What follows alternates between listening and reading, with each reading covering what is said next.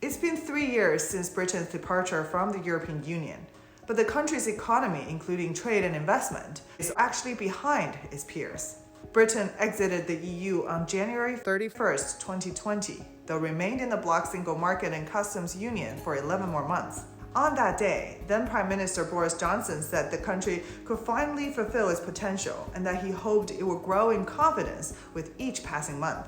But so far, the opposite has happened, with a slew of indicators showing the economy underperforming. Opinion polls also show that more and more Britons are regretting leaving the EU.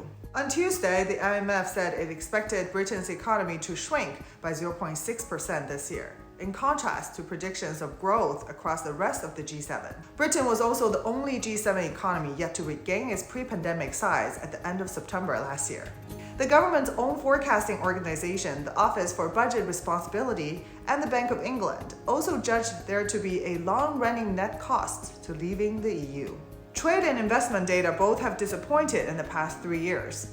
Exports, especially in goods, were lackluster despite high hopes for a global Britain rebalancing of the economy after Brexit. Total exports, including services, have grown less than those of any other G7 country since late 2019. Business investment, too, has grown less since the June 2016 Brexit referendum than in the United States, France, or Germany, according to a Reuters analysis of data from the OECD. In terms of employment, Britain still has higher rates of employment and lower unemployment than most EU countries. But companies struggling to find workers want the government to relax its post-Brexit immigration rules. The BOE also fears the labor shortage would add to inflationary pressures. And unlike most of its G7 peers, Britain's employment rate has yet to recover to its pre-pandemic level.